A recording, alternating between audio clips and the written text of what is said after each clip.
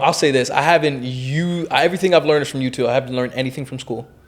I literally, mama forgive me, shout out to Bowie State University, you know what I'm saying, all that stuff. I didn't do any of my classes. AI did all my classes. I would build chatbots to do my classes for me so I could focus on my business. So, like, I didn't learn any of that stuff from I got school. a couple courses. I got a couple courses I need assistance with.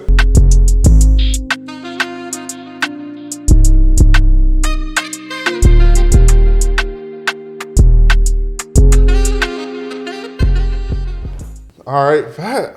Welcome back to another episode of Curve East. Yes, sir. Today we're taking a creative spin on CurbTalks, or even a corporate spin, looking at the entrepreneur lens of things. CurbTalks, we might spin this off, call it Corp Talks. I like that. I ain't gonna lie, that's call fire. it Corp Talks, but I'm joined today by someone that we actually met in the professional setting. Yes, we had. Doing what he does best, actually. I like to allow my guests to introduce themselves. I feel like it helps you tie in, the experience. So Yeah. Who are we here with today? The man, the myth, the legend himself, Jaivien Kendrick.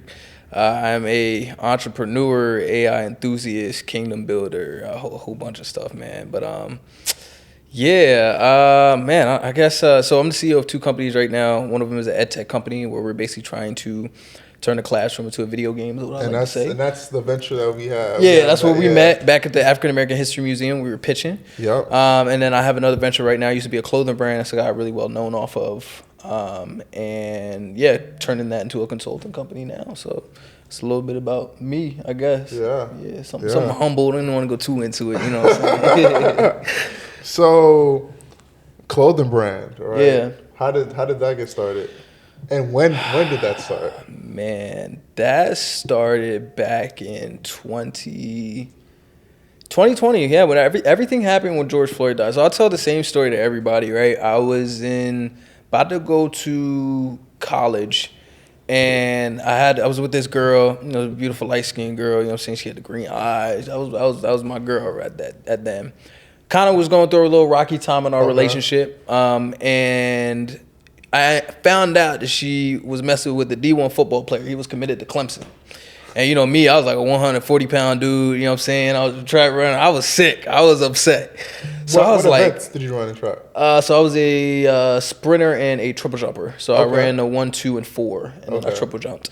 But found out, and I was like, man, I'm just going to run D3 at this school. Like, I felt like I was nobody. I didn't know what to do with myself. Because, you this kid, she was some D1 football player. You already know. It's like, dang. So through that, it kind of lit a fire in me to be like, you know what? There's one thing I know that I had to do. I'm smart. I'm charismatic. I could probably do a business. Okay. So I was like, you know what? I promised myself that I'm going to become a millionaire. I don't know how I'm going to do it. I don't know what I'm going to do, but I'm going to become a millionaire. So I went downstairs to my mom, and she gave me some books. One of them was Rich Dad, Poor Dad. Shout out to Robert Kiyosaki, you know what I'm saying? And that's kind of where the journey started. Yeah. Then everything with George Floyd happened, and it just lit a fire in me to be like, you know what? I want to create something that's going to be for my people. So created the clothing brand. We first started out doing Zodiac clothing because I thought it was going to make us a whole bunch of money. But then I kind of pivoted to realizing how there's a very interesting perspectives in our culture. I'll go there because that could be a whole episode in itself. And I wanted to do something that changed our culture to something more positive. Okay. I didn't really like a lot of the stuff that was in the culture. So I tell people I was transferred to Stockton or transferred to Bowie State University. I think it was fall 2022. And then, I think fall 2022. That sounds about right. Or 2021 maybe. Didn't know where to eat at. Didn't know where my classes at, none of that stuff. Parents dropped me off. I moved in, and I just hustled from there. And that whole year, no one really knew of us. Then I think it was fall 2022. That's when I blew up on campus. I remember the day vividly. It was how they do Welcome Week at the HBCUs. Yeah. So there was a concert going on, and they had the businesses out there, student businesses. So I saw a table open. I was like, told my boy, let's go. Let's grab the stuff. Let's grab this table. And that was you hustling your clothes. Yeah. What was the name of the brand at the time? So it used to be, when I was doing the Zodiac stuff, it was called Awoken. Then I changed it to More Life. Were you into Zodiacs yourself? No. I just knew, I was like, man, I could probably make some good money off these girls. You know what I'm saying? So I was like, man. So yeah, was at this thing and I went and laid out my banner. And mind you, this whole year before I was posting on social media and etc. And I heard some girl yell, yo, it's the More Life guy.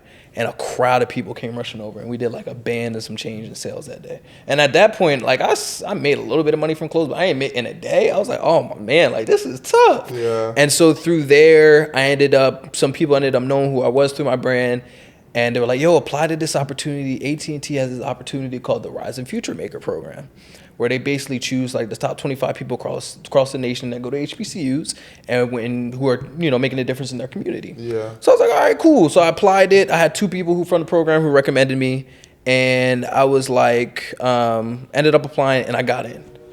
So through this, I ended up getting flown out to NBA All-Star Weekend, New York Fashion Week. I met a whole bunch of celebrities, Druski, Gary V, Roland Martin, a whole bunch of people. And that's really what kind of catapulted me a little bit higher. They're like, oh, this dude, like people on campus was like, yo, like this dude like who is this guy? Yeah. So then through there, that's kind of where I started getting real popular on campus, selling the brand, and yeah, the stories from there. So it's a little bit about what happened. How was it being at Fashion Week and being at an All-Star Weekend? Like, how did those experiences, for one, mold you, but also like play into the Jaivien we know now? That's a great question. I think it confirmed to me even further that anything really was possible. Okay. And I think it also showed me like celebrities are humans too. Yeah. Because that's one thing I promised myself. Like I'm not about to go to these events and geek out over some people I've seen a lot, you know? So I remember when I got there, they had an agenda for us. We had to go to like this Google Play thing. And I hear this dude laugh. And I'm like, that sounds so familiar. Like whose laugh is that? So I turn around and it's Druski and he's eating a hot dog. So I'm like, yo, like that's Druski. And I was like, oh, wait, bro, come relax. Calm down. So I was like, all right, I'm just going to keep it cool. So then he was getting his nails done or something like that. We had to go take pictures and something. And they were recording a commercial with us. So we had to walk past them. So I was with 2 other girls with me. Shout out to Sarah Lee and shout out to my good sis, Rachel. And they were like, yo, like, can we ask Druski for a picture? Ask him for a picture, So I was like, all right. So I went up to him, I was like, yo, Drew, like, you know, my fault, man. I know you busy, but it's cool. We get a picture real quick. And he was mad cool about it. Yeah. We chopped it up. And then same thing, like Lethal Shooter, Gary V. I was talking to a whole bunch of people, Speedy. Like, I was just meeting people. I was just talking to them. And they were just regular human beings. I was like, oh, like, I could do this. Like, this ain't nothing. And same thing with New York Fashion Week. I was getting opportunities from brand, or what they were supposed opportunities. I should have followed up and got their contact information, but Banana Republic, Macy's, and JCPenney, they all saw my stuff because we had to kind of show some of our stuff, and they were interested in doing a deal with stores and stuff. Yeah, so they wanted to learn more about it, but you know, I hear the names, I'm like, and I didn't even follow up or get contact information with anybody. I tried to track them down afterwards, but it didn't work. So yeah, but it was just little stuff like that kind of had me like, all right, bro, like you have to make sure that you not only know how to sell yourself in these ways, but you have to make sure you follow up and set up the funnel is like what I like to say. Yeah. So yeah, but it was still great exposure, great marketing for my own personal brand. So I'm super thankful for those opportunities. So at what point were you doing 8 Smart? And we'll get into what 8 Smart is, but yeah, were you doing 8 Smart and More Life at the same time? So I was doing More Life first, and then going to a HBCU, there were some interesting complications that happened that, because I came from a PWI. So a lot of stuff when I went to a HBCU, when it came to financial aid and et cetera, I didn't really have to deal with. So having to go to a HBCU, I was like, man, there has to be something that can fix this system because it doesn't make sense. So that's when I started 8 Smart. And originally we were focused on trying to fix the financial aid system. Through a lot of the research we did and customer interviews, we understood that, okay, it's more of an education problem than it is we thought, hey, they can just hire us out. We'll hire some people in, India or something like that to do calls for them. and they just pay our company and we can make something on the back end. But we realized, oh no, the problem's much deeper than that. So as we went into it and we did some more research, we did like 300 cold calls, not this past summer, but the summer before that, to colleges, sat down with Harvard University, like a couple of people we were talking to just about what does this financial aid problem entail? Like, why is everyone having problems with it? It wasn't just HBCUs. And so we kind of understood that, again, it was education, but it was such a big problem for us to tackle that we were like, we don't got the funding for this. So we decided, what about if we keep hearing people saying that people aren't financially educated. So what about if we took the financial literacy aspect of the education and gamified it and made it fun? Because when you sit down, planning a budget ain't fun. You know what I'm saying? Now we got ChatGPT that can do this. But before that wasn't really fun. So we were like, okay, well, let's gamify the concept. So now we're actually going into schools and we're speaking with with students in high schools and middle schools and trying to understand, like, what is it about engagement specifically, because that's one of the reasons why we decided to focus on the gamification aspect. Like, what is it about engagement that they need the most?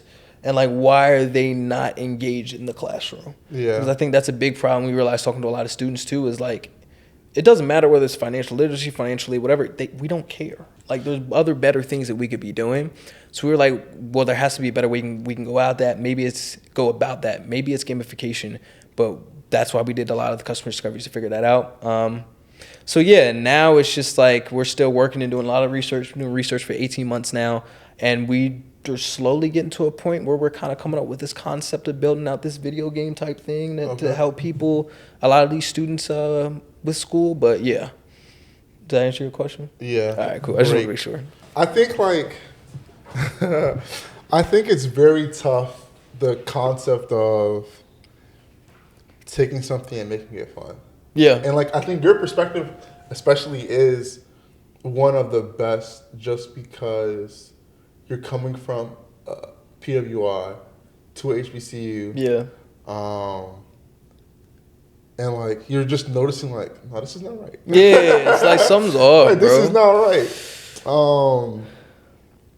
And we can get back into the pop for real because it's not even gonna make a sound. Okay. But so, at what point did you realize that, like, more life wasn't it anymore? And then my follow-up question to that would be, and what was your determining factor to go all in on 8Smart? So it's funny because now I'm kind of like, I'm not even really all in. Well, I'm kind of all in, but I'm kind of not. So that's real though. Couple different perspectives. Yeah, but I have a partner with 8Smart, so that's lucky. Kayla, I believe. Yeah, Kayla. So to address your first question with more life. Yeah. I noticed it my last year I was there because we started losing momentum. And I realized, like, I was still the guy on campus. Like, I had a lot of people who were coming to me and they wanted me to help their campaigns around election season, et cetera. Yeah. But I was also not in the public eye as much. Yeah. Because I was like, I don't want to say I don't care anymore. But I realized that, again, that doesn't equate to everything. Yeah, one, but also two, like we talked about before, I'm like, I'm worth more than this. Yeah. And I'm supposed to be making anywhere between 3x to 5x profit on these clothes, but people only want to give me a 2x profit or 1.5. So basically, I'm charging $150 to $200 for a tapestry hoodie, but people only want to pay $80 because that's what they had, if that. Yeah. Or they were like, ooh, that's not worth it. Yeah. So I'm like, all right, I understand that we're in college and we may not want to pay for certain things, but I'm like, it's not that, because you guys don't have any problem, some, not all, rushing to Louis Vuitton and getting you a nice bag or something like that. So it's like, it's the way I'm marketing it, because I bet you if I were to throw this on Lil Uzi, Jay-Z, or whoever, people will buy that up quick, fast, in a hurry. So it's like, you know what? I don't have the marketing dollars or capital to be able to pour into this thing to find a different audience. And I think at that time, I wasn't really all into social media because this past, and we can get into this later, but I just went viral this past social media joint I did and figured that out. Yeah. But beforehand, wasn't really into it like that. So I kind of just understood at that point that, all right, I need to switch and figure out something else that's going to work. So, yeah. Were you making these hoodies by hand? China. Yeah, I was sending them to China and just doing it from there. And then they would send it to me, and I would go ahead and just resell it. Okay. So when you started 8Smart, what was the the mindset behind it. Like, yes, one, to make the financial aid process easier, but to be at the point where you're 18 months into research, how did you get to that point of like, I really want to do this, or like there needs to be serious effort behind that? I think for me, it was I'm stubborn. So every time we'll go back to my mentor, he's very into the lean startup space, which is basically like customer discovery. Yeah. Before you go ahead, and usually what a lot of us do when we start a business, we come with an idea, we're like, all right, we got this idea, I'm gonna go ahead and make the logo, I'm gonna start selling stuff. No, why don't you go to your customer, talk to your customer who may potentially have this problem, and see what they want. Let your customer build the solution for you. So that's what we focused on really, and doing a lot of our research, and we kind of understood in that sense. Now I'm losing my train of thought. My old man brain is kicking in. That's real. I was about to say that job be hitting me, but yeah, basically, remind me of your question one more time. We at the same place. Train of thought lost. Dang. Let's pivot. I was about to start cooking too. Dang. All right, go ahead. So we were talking before pod about the startup space. Yeah. Right? Yeah. You can get VC funded, you can bootstrap, right? There's a lot of ways that people can go about trying to build up their own venture. But if we can have Jaivien, Kendrick's one-on-one guide to building a startup, what would be your steps from initial thought to, let's go up until being VC funded, right?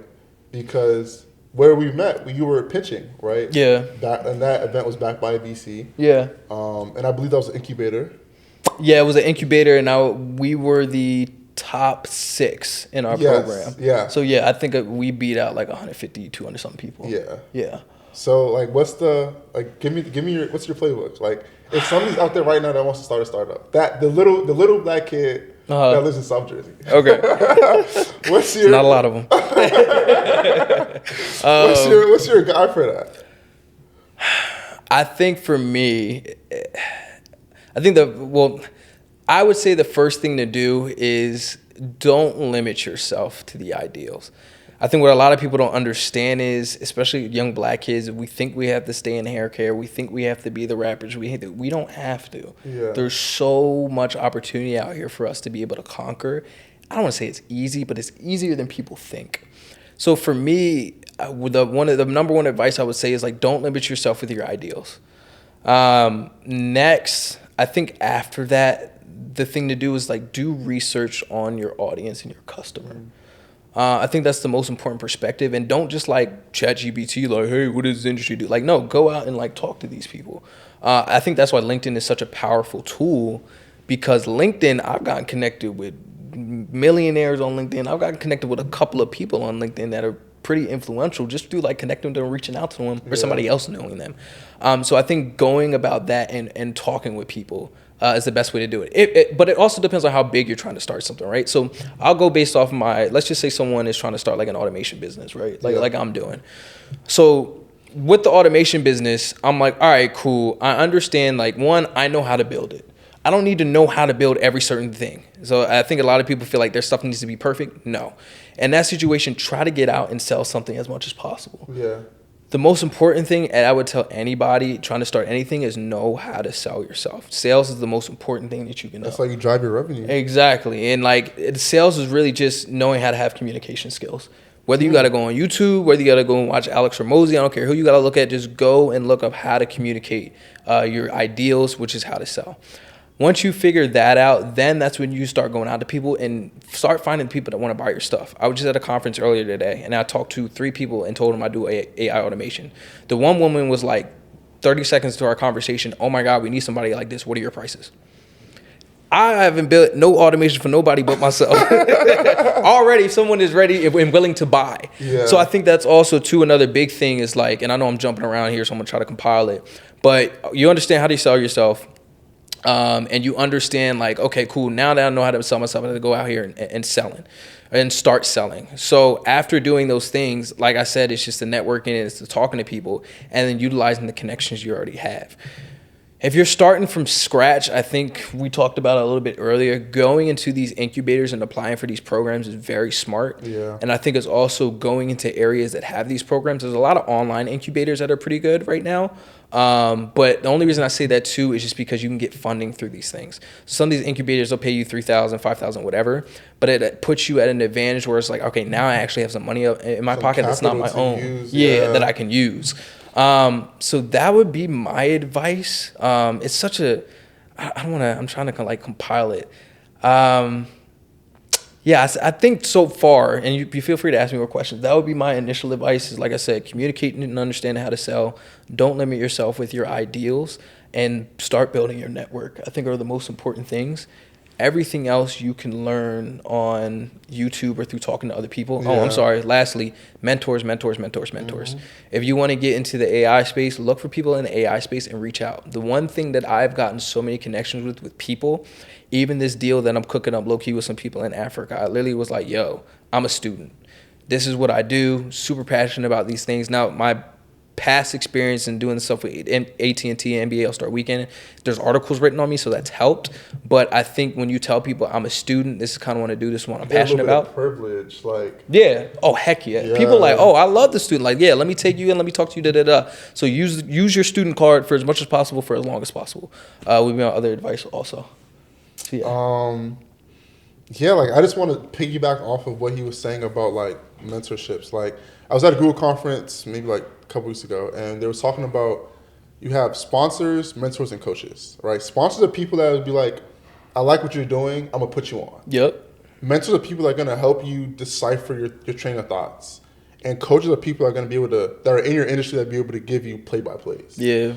How did you get to we talked earlier about Aid Smart and your research with that. How did you get to the point of talking to somebody that worked at Harvard about financial aid? Like, how did you go about networking to get to that connection? Cold emails is my best friend. I would send emails and I'm annoying.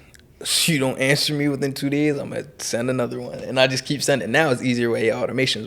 We can get into that later. But yeah, I would just send emails Go ahead to and people. sell yourself. Yeah, no, look, I'm just saying, like, I feel like I said, I'm like, hey, look, you know, my name's Jaivien Kendrick. I'm a student attending HBCU, Bowie State University. I have this project where I'm really trying to focus on the financial aid issue, and I would really love to see if you want to sit down for 15 minutes and talk about it. Here's my Calendly. They don't answer, I call.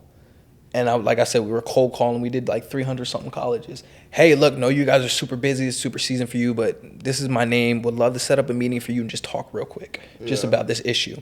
A lot of these people that are in the financial aid offices are passionate about it already. So they're willing, like, hey, yeah, I'll book it with you. And one of the girls that was in the Harvard office, she sat down, she booked a call with us, and we talked with her about a lot of this stuff. So it was pretty easy. Yeah. Where do you plan on going with the automation? Like, as of right now, you said that is there anything in particular that you're trying to automate, or is it just like attacking like these systemic inefficiencies in general? So where am I trying to go? I think with A-Smart, the real big vision for that is, if you look at the American education system right now, it is absolutely garbage. And I think if you look at compared to other countries, like, for example, China and some of these other places, like, they're killing it and killing us when it comes to education. So I think for me, what we really want to do is we understand that kids already, when we would go into these classrooms and talk to these kids, like, I've used AI to build a simple version of our game, and like little chat versions where you can go in and play the game, and we would play and run through it with the kids and break them up into two teams. Their eyes would light up. They would get so excited just to be able to compete against each other and answer questions about taxes or like how to budget your money and etc. So we understand that, like, if we can take financial literacy and turn this into a video game where you're like working through it, you build a character and you work through these things and, you know, do stuff like that and make it more engaging. It creates more of a wantingness to learn. Exactly. It's like a reward, because we realize that engagement, after talking with some PhD people in this space, engagement and motivation are similar things. So if we can make you motivated to learn, then you're gonna want to do it more because it's rewarding. So I think for us, the big vision for Aid Smart is like, if we can gamify financial literacy, we can gamify history, we can gamify math, and we can gamify a whole bunch of aspects. So now we're gamifying the whole system as a school. So now you go through 1st through 8th gamified education, you're assisted with it, and maybe even getting into college, you know, a little bit more. We incorporate it into certain systems. I think it's making us as a country better as a whole. And now, because what not a lot of people are worrying about is, like we talked earlier, there's an article that dropped on Gen Z where now a lot of us in our generation are getting fired because we're lazy. We don't know how to work, bro. And et cetera. So what do you think is going to happen with Gen Alpha and all these other kids if the school system keeps being sucky? And with AI being implemented into things. Yeah, like, because people, that's the funny thing about AI is people are using AI just to use it. People don't know how to collaborate with AI. And that's what we need to do. That's how you don't get your job taken, is when you collaborated with it. But if you just putting your paper in ChatGPT and asking it to write and copy and pasting it, then what do you think you're going to do? You're building a habit to do that with everything else in your life. And I think that's what a lot of people don't know. It's one of the things why I'm trying to start going to schools now and speaking to kids and teaching them how to use AI, because it's super important. So, yeah. Where does your passion from AI come from? Because what's your major? Business marketing. I ain't used that a day in my life. I learned everything from YouTube. You've used marketing though. I have, but I'll say this: I haven't used everything I've learned is from YouTube. I haven't learned anything from school. I literally, mama forgive me, shout out to Bowie State University, you know what I'm saying, all that stuff. I didn't do any of my classes. AI did all my classes. I would build chatbots to do my classes for me so I could focus on my business. So, like, I didn't learn any of that stuff from I got school. A couple courses. I got a couple courses I need assistance with. So, I think when it comes to my passion for AI, I see the opportunity. I have 2 passions right now, 2 really big passions, AI and it's Africa. And I get so excited because I see the opportunity with it. And it's like, for example, before the internet was booming, we didn't know any better during that time. Like, we didn't know, but look how big it is now. Yeah. That's how I see AI. And I'm like, ooh, this the time. Because, you know, all of us are like, dang, I wish I put $2 in the Apple when it first came out. You know, that's the time now with AI.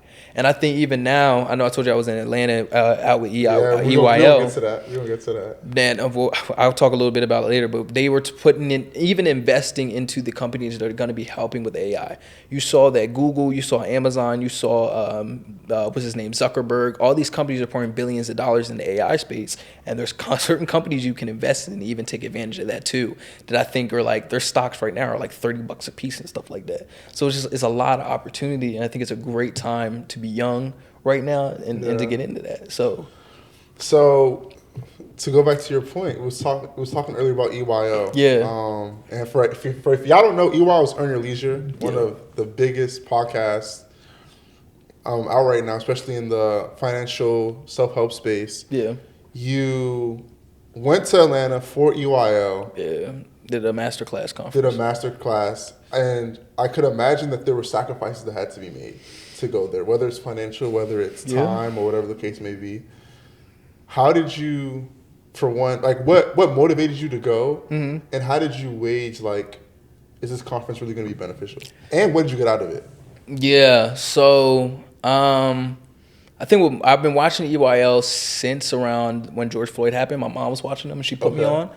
And shout out my Dukes. For real, you know what I'm saying? Mama Kendrick, you know I love you. You watching this, you know what I'm saying? But she really kind of put me on to that, and I would listen to them. I just liked a lot what they would do. Yeah. And so when I was on campus, I would try to put other people on. I've gotten groups together to sit here and watch their Market Mondays because I think it's important that we need to learn about this stuff, especially as a people. So around their Black Friday, they announced that they were doing a deal where you got lifetime access to their EYL University, which is like their online learning space. That's tough. Lifetime access to InvestFest, and VIP tickets to InvestFest, and then lifetime tickets to Ian Dunlap. He's called the Master Investor, to his leverage on it. And that's who they partner with for Market Mondays too. EYL is 2 people, Rashad and Troy. Yeah. Ian, I don't know if he's a part of EYL now, but he has his own thing, but he partners with EYL. Yeah, so Market Mondays is all 3 of them. Yeah, talking about like the market and stuff like that. So they were like, yes, $10,000. Now, luckily, shout out again to my parents. I have good credit, and because I had good credit when I applied for business credit cards, I got a good chunk of change. So I was like, you know what? Who do you have your business credit card with? American Express. I got a blue card. Okay. So I think I got 2 of those, and I got another. I got like 4 business cards. But are these cards with Aid Smart, or are these cards with your automation company? One car is with A And what's Smart. the name of the automation company? I call it More Life Consulting now. Okay. Yeah, More like the brand turn. Okay. Yeah, that's how I reread it. So yeah, but one of them is with A Smart, and then the other 3 are with More Life. So I think. Because I don't mind. Well, actually, let me not be too transparent. That's my problem. But basically, I paid the $10K for it. Like I said, I don't gotta like that. I put it on the card, and I'm still paying that John off. I should be paid off in 2 months. But I'm utilizing other people to pay it off. So other people are paying me, and I don't really gotta use any of my own money. But that's how you do it. Look, OPM, other people's money. Look. So yeah, that was to me. One of the biggest things I realized, and they even said it on EYL once or twice, you have to, if you want to advance, sometimes you have to pay to be in certain rooms to get the people who are going to advance you. And I understood that one is, y'all hear how we talk, you know how it is, being our age and trying to look for like-minded people, it ain't too easy. Few and far between. Exactly. So for me, I was like, one, I'll probably be able to meet some like-minded people that I can talk to, but I also want to start getting EYL's face.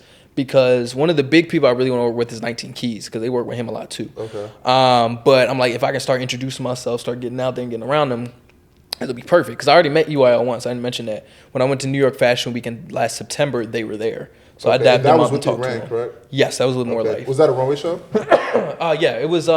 There's a company called Harlem's Fashion Row. Yeah, it was their 16th annual fashion show. I was there. So yeah, I met ASAP there too. That was cool. Harlem Fashion Row, that's a big deal. Yeah, it was fire. That's it was fire. A big deal. So yeah, to me, I just knew that me utilizing that network was going to be huge for me. Yeah. So yeah, like I said, I booked the tickets down there, everything on my card, and I just went out there. To answer your last question, was it worth it? Yeah. Atlanta's a vibe, man. I actually got to go out there this time, like explore a little bit. I ain't go clubbing or nothing like that. I'm gonna get myself in trouble. But yeah, it was a good time, man. I enjoyed it. Even when I was just Ubering around, I was talking to people and hearing their stories and stuff they went through, and it was dope just to be in a city and just talking to people like us, Yeah. And I think a lot of people at the EYL thing, I got because Troy and Rashad, they just dropped their book. Yeah. I got to talk with them personally. They signed my book. That's so. They was complimenting me on what I was wearing and stuff like that. So it was just cool just to be around people like that and just, like I said, meeting a whole bunch of people. So got some connections out of it. I was super excited. One of the dudes there, he actually has a brother that does business in Africa. So we're supposed to hop on a call this weekend. So yeah, it was definitely beneficial. It was huge. So yeah. You were talking about like-minded individuals, yep. Right? And I believe that you talk about how like basketball is a boardroom. Yeah. Yeah. So go into like merging corporate culture, right, with our culture and the things that we hold value to. Because in the same regard, like golf is also in that same boat. Mm-hmm. But like, how do you go about like your merge of like being the same guy, like when you're at school, just walking to campus, but also when you're going to these EYL master classes and networking and introducing yourself? How do you raise the? Of course, they're going to be two separate people, right? Yeah. Because there's some things that don't cross over to others. Yeah. But you're the same person overall. I was about to say, yeah, man, I've always been me. I think it's so funny because, like, at Bowie, I was either liked or people just, like, didn't like me at all. And people didn't like me at all because, well, some of them were haters, but, other people, they were just like, oh, like, I remember one of the people, they told one of the young ladies I was talking to at the time, they were like, oh, yeah, he just looks so mean. He just walks around with a straight face all the time. Like, I don't know if I should go up and talk to him. And I'm just like, bro, I'm chilling. Like, you can do whatever. So I think I've been trying to get better at, like, constructing, I guess, my face in a certain way to make it look more friendly and et cetera. Just to try it out and see, So I feel like for me, like, the 3 things I try to be all the time is, try to, like I said, be myself, being honest, and just constantly having a hunger for knowledge. Yeah. And I try to express that through who I am. And I'm already a very charismatic person. My mom would tell you, like, when I was a little kid, I was walking up to people in the grocery store and talking to them. So that's just the type of guy I am. So, like, I'm the type to, and I think also fashion is a big thing. Like, how I dress speaks for speaks for itself. So a lot, when I was stepping out to these EYL events, I was stepping out, and a lot of that had people coming up to me like, "Yo, bro, I like your jacket. Where you get that from? Or what do you do?" Or, so a lot of that was conversation starters also. So that's real. Yeah, I just try to dress nice, smile, you know what I'm saying, and firm handshake, and everything kind of works itself out. So yeah. What are 3 struggles that you would say that you've encountered in your journey so far? Personal or business? Let's go business. We talked about it a little bit before, but not knowing my worth. Yeah. With how much to charge. Big. Yeah. I think imposter syndrome a little bit too. That's real. And then number 3.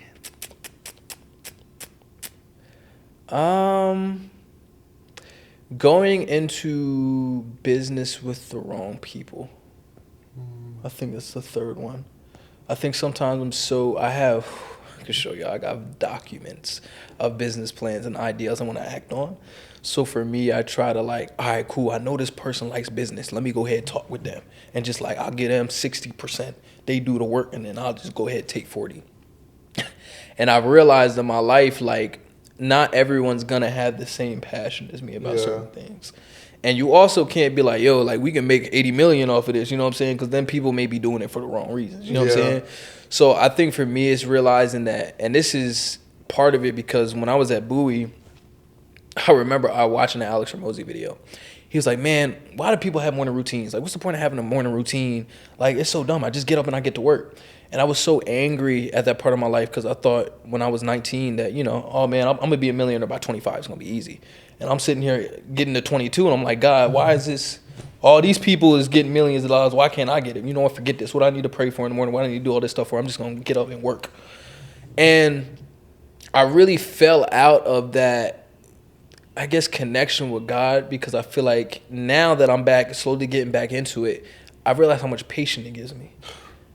You know what I'm saying? And that's a part on its own. Man, that's such a big thing for me because before it led to a lot of anger, a lot of ego, a lot of impatience. And now I'm like, bro, your time is coming. Yeah.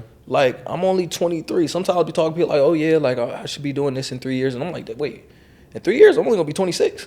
Yeah. I got 70 something. That's a lot of time. Yeah.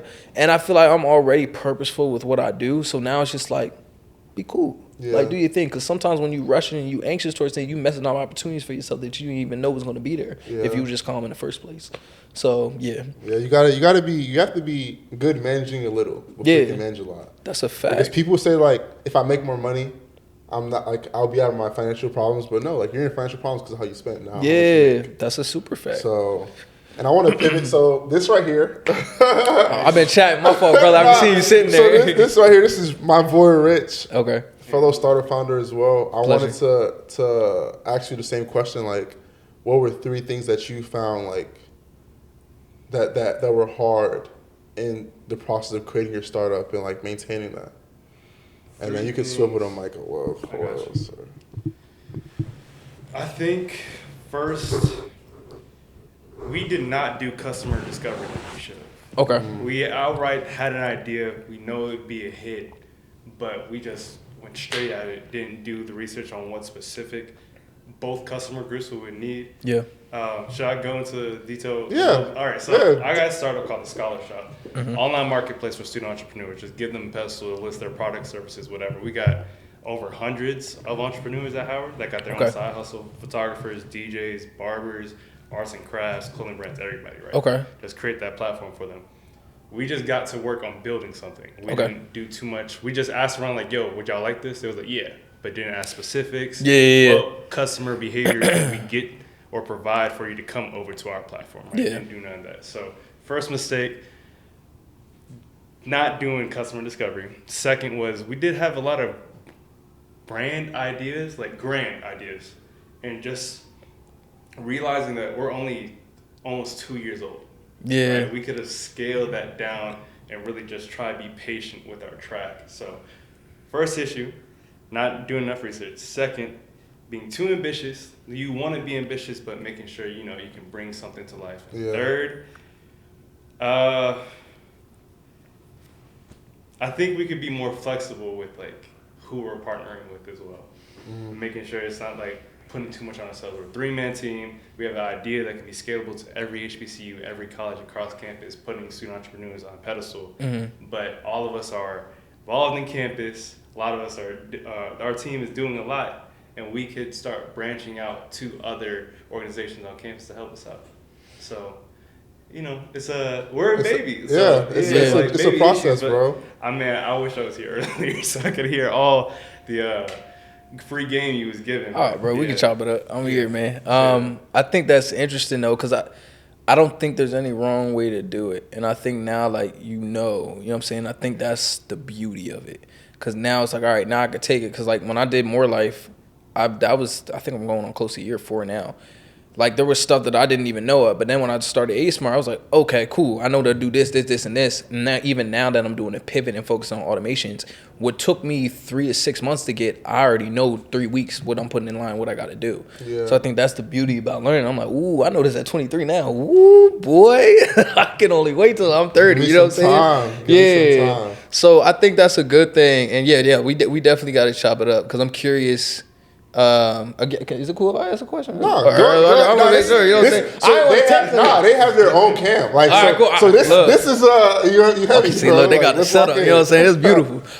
So how have you incorporated AI into a lot of what you're doing? Because like there's an application called Cursor AI. I don't know if you use that, but you can literally build an app from scratch with stuff like that. So I'm just curious, like, how much you use that into your process. The only AI we ever tried to do was building like a brand. If you were a new business owner or someone with a new side hustle, we had an AI feature that can help you build that out. Keep started. And it was for a case competition we did that for. For the Microsoft startup that they do every year. That Founders Cup. And we just incorporate AI just like that, but that's the only thing we've ever attempted with AI. So I think I would have to hear more about what you're doing with your business, but I think there's ways, like, especially because you're a 3-man team, I know that could be difficult. There's definitely ways you can incorporate like automations and AI to do a lot of the stuff for you. So I would love to kind of talk more about that and see, like, I guess what you're trying to do, because I'm pretty sure I've heard about your business before. I'm pretty sure I heard about it. I don't know where, but I heard someone who at Howard, because you're at Howard, right? Yes, sir. Yeah, who was doing something similar. So I don't know where I heard it from. Maybe my mentor told me about it. You know Tyrone Smith? That ring a bell? Where he work at? Is he used to work at Bowie. No, he's not a venture capitalist. He's like in the lean startup space too. Bald head, black guy. He's an alpha. I think I do. I was about to say, because I think he may have been telling me. That's my mentor. Yeah. But yeah. Yeah, maybe if I come up with, maybe we'll talk after the pod. But there's some stuff that's running through my head. I guess what's the final outcome? Like, do you want this to be a thing? And I guess, how are you making revenue too? Like, is this just a Howard thing, or is this kind of like your test market before you expand? Like, what's the final goal, and like, how are you gonna make revenue? It's just a Howard thing. The main ways we make revenue is kind of like Etsy. Got you. A housing fee and then transaction fee. Got you. Keep it low for where it was founded at Howard.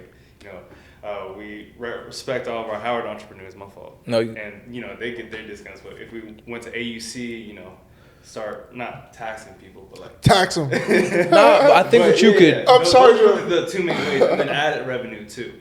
Okay. Yeah. I was gonna say, because what you could do too is you could always white label the app. I don't know if you thought of that, but like white label it and maybe in a sense sell it to universities. And for the people that in the audience that don't know what white label is, like give us some. So white label is basically like if you built an app, but instead of putting like your colors and your logo on it, you take all that out, and then someone like a Howard or a Harvard could put all their colors and logos on that stuff in their own like systems. That's basically what it means. So you're just selling like the skeleton of it, and then each person can go ahead and spruce it up with their own, stuff for their university. Sure. And I think potentially you can make money that way by, whether you do a subscription with the university or whatever, and then maybe they can make some of that back by the transaction fees that you guys make money now for their stuff. But that's just another ideal, maybe that you guys can go with. But I think that this, so would you say that what's the main problem right now that's stopping you from getting into your next thing? Is it like onboarding people? Like, I'm curious, like, what process are you in now? Onboarding entrepreneurs is not the problem. Onboarding regular consumers is. Getting people interested in that. Okay. So like, you'll see plenty of times like pop-up shops. All of our businesses do good, especially the clothing brands. Yeah. They're always going to put up numbers.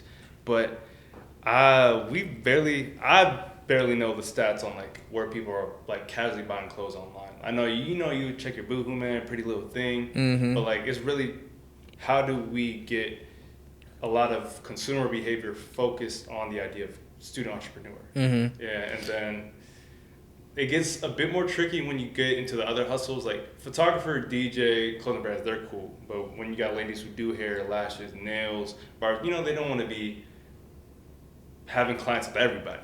Like that's stuck to the school, but the goal would be like the whole city knows like these are like up the street. These are all the people and all the products and services that they got going on. I think customer discovery definitely is important for that. Like talking to people around campus and asking them, because I think that's where you can actually probably incorporate a lot of those features.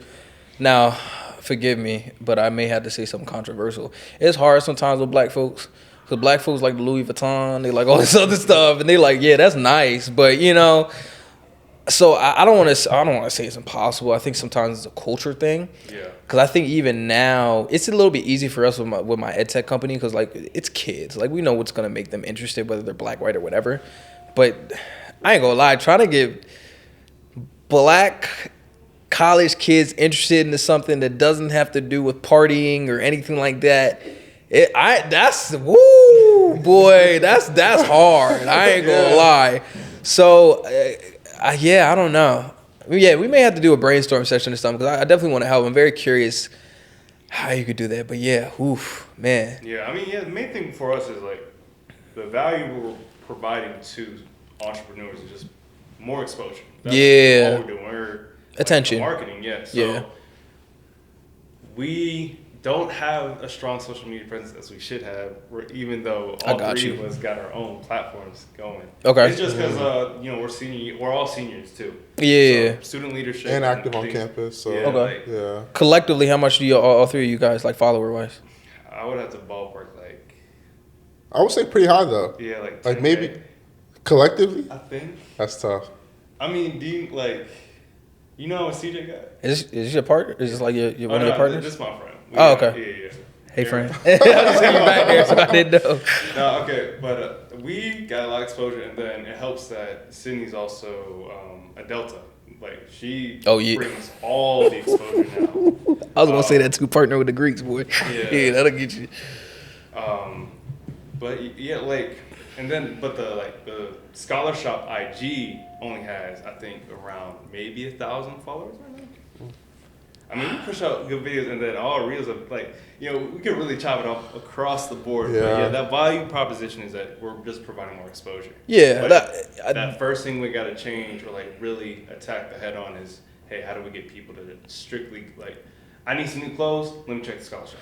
And I think to what you were saying, like, I think that's where personal brand becomes so much more important. Oh, because that's where the future's going. Literally, like, even now, like Kai Cenat, he is his brand and his business. Yep. He is the individual and the business. Like, and I think like as streamers are low-key become the new athletes, like new rappers for real. Like that's a more and more push towards what's your personal brand. And I think like even going to personal brand, like going back to this guy, like consistent reels, daily consistent reels. Like he really pushes his personal brand.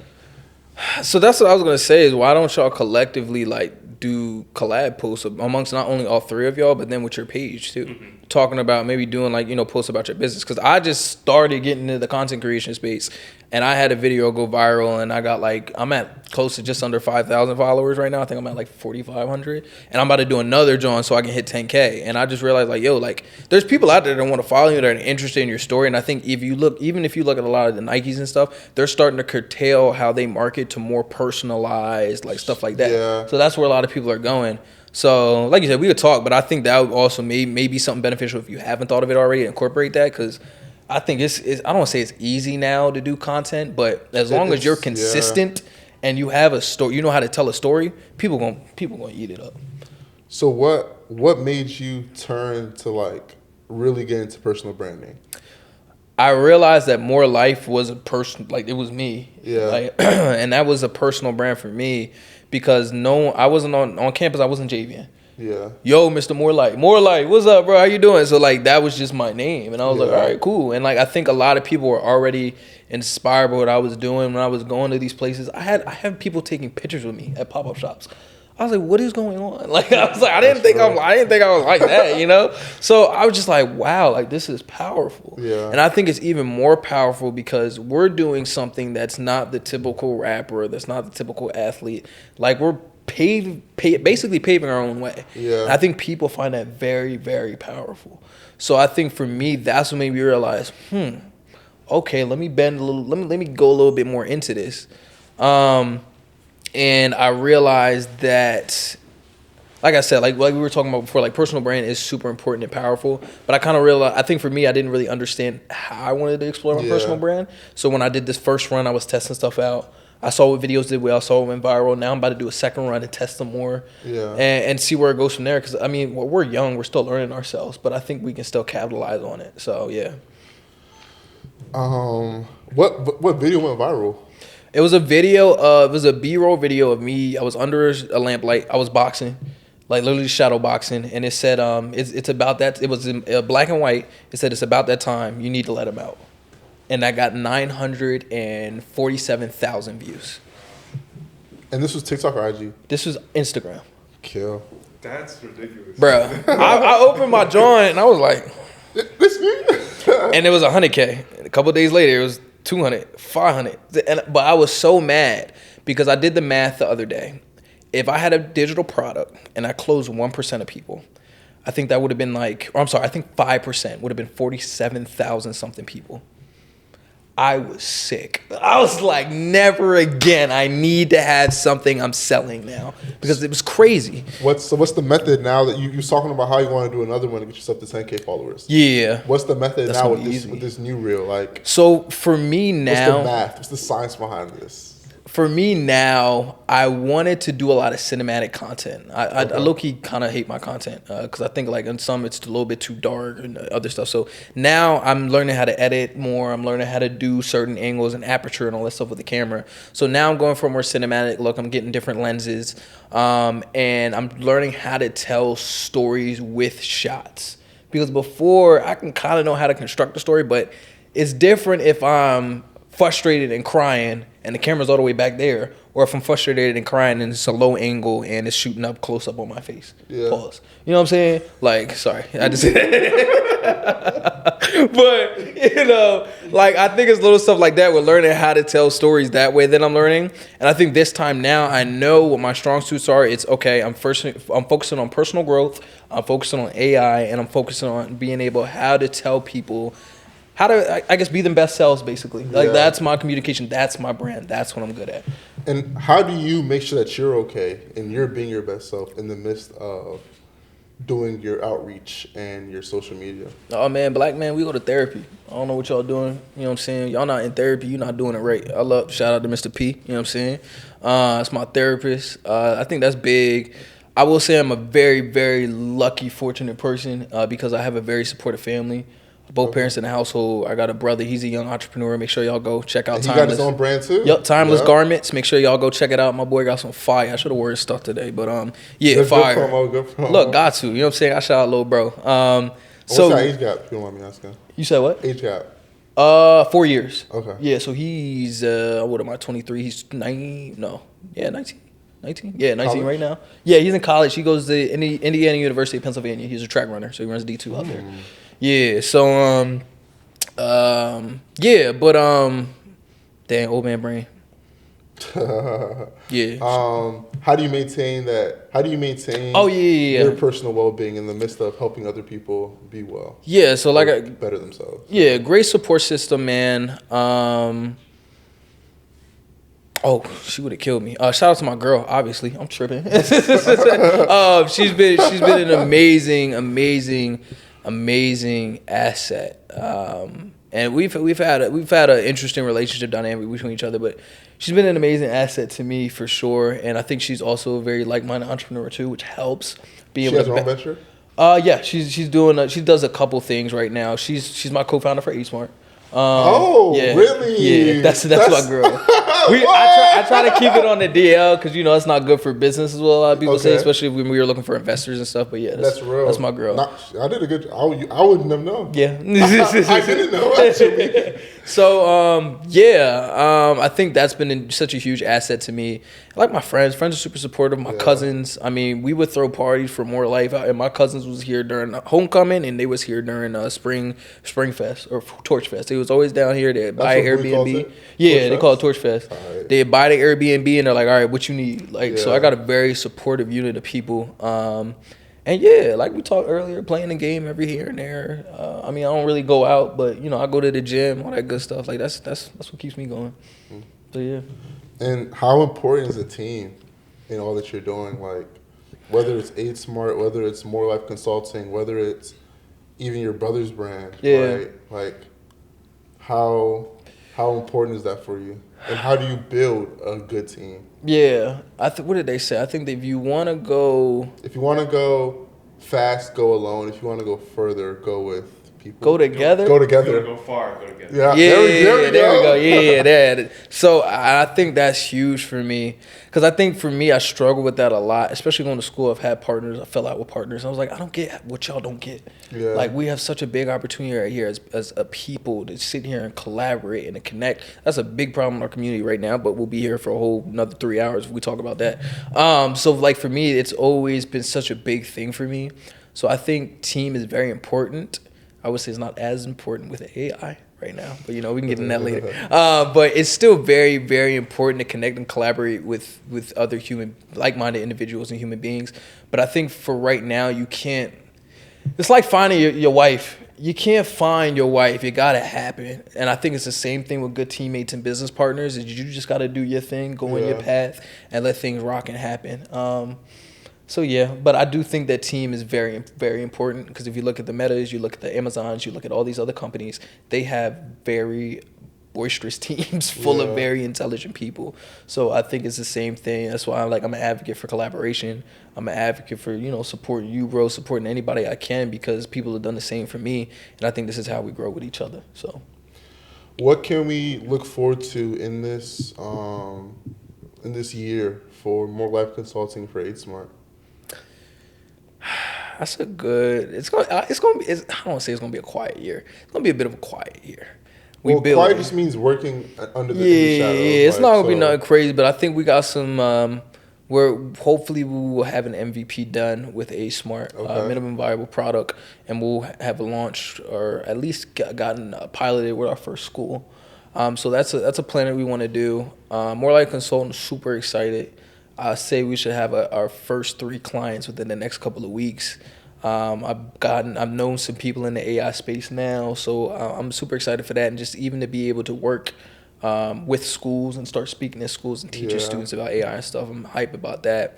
I will say A Smart does have a very exciting opportunity coming up potentially with a country in Africa where we're doing a big project with them.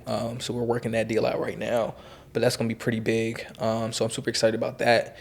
And yeah, you know, y'all could, with me, I'm just going building and talking about my life. So, you know, y'all can follow that if you want to. But and plug some socials real quick. Where can people find you at if they want to stay in tune with you, with 8 Smart, More Life Consulting? Like, where can we go? So for my personal brand and More Life Consultant, that's the Jaivien Kendrick. So it's TheeJaivien Kendrick, like Lamar. No spaces. Y'all can follow me on there. It's my personal page. I'm a little bit calm right now, but I post on my story sometimes, you know what I'm saying? But we're going to be posting content soon. 8 Smart, I'm pretty sure it's the same. It's just the 8 Smart or 8 Smart maybe. I can't remember. But if you look up 8 Smart, you'll see it's like an A with a brain. We'll plug it. Okay, cool. Yeah. So you can follow that too. And yeah, like I said, it's a quiet year right now. We're not posting a lot, but y'all keep in tune. Look, follow my personal page, y'all see, and then my website links and all that stuff are down in there too. So yeah. 2 questions as we wrap up. All right, talk to me. Question 1 is, give me 3 sentences for any person of color that wants to start a business or wants to have a startup in the AI or tech space. I know we talked a lot about it, and I know you gave a lot of advice, but just 3 sentences, like make it nice and concise, right? If I wanted to start today, what do I need to know? or what are some resources that could help me pilot my venture? If you want to get started today, DM me on Instagram. I got a course. No, there's not. Man, 3 sentences. I say sentence number 1 is don't be afraid to start using the tools. That's 1. Sentence number 2 is I'd say research your market, but also start to network and start to get with people in the market. When I say research, and I'm going off a sentence here, sorry. But when I say research, like going to YouTube, you know what I'm saying, follow people that are in the space, do things like that. And I think number 3 is don't be afraid to invest in yourself. Don't be afraid to, drop that $3,000 on a course or drop that $4,000 on something. You'll make the money back. Money is there to be made, especially if you're young. So yeah, those would be my 3 sentences. And who are 2 people that you want to see sit on the curb with us? Ooh, 2 people.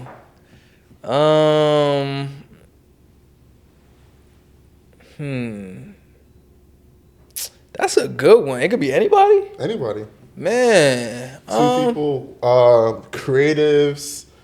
We're trying to get more into entrepreneurs. Yeah, so I think it would be but they got to be in this area, no? Yeah. All right, so in this area. Yeah. Or willing to come down, like you. Yeah. We have somebody coming up for a pod later this month, but like. Okay. 2 people. See, this is the questions I gotta be prepared for. Y'all just throwing these on me. All right, so just to throw it out there, because it's in my head, I gotta get shout out to my little bro. I think his story is very unique in what he's building with his brand Timeless Garments is fire. So I would definitely should slide out here. Maybe it had to be in the next couple months. You know what I'm saying? But definitely, I think that would be a cool episode y'all could do. And then number 2. Let me see. All right, so yeah, I'll shout my other boy out too. His name is Najee. Najee Speaks Farewell, I think is his name. He's the previous. I'm saying I think. Sorry, Najee. I know your first name. I just get your last name mixed up. But I think he was the previous Mr. Bowie State. Okay. So he has a clothing brand himself. I don't know if he's pivoted just yet. But yeah, I think his story is very interesting too, and what he stands for. We have some similar things we chop it up about. So those would be the 2 people I would say I think would be dope to have on here. I appreciate you sitting on the curb with us. Of course. I think this was the first iteration of what we could somewhat call CurbTalks. Right? Yeah. The corporate arm of CurbTalks. Yeah. So thank you for the game. You know what I'm saying? Like we chopped it up before this. We're gonna have some conversations after this. For sure. Yeah, you know what I'm saying? With that being said, we are out.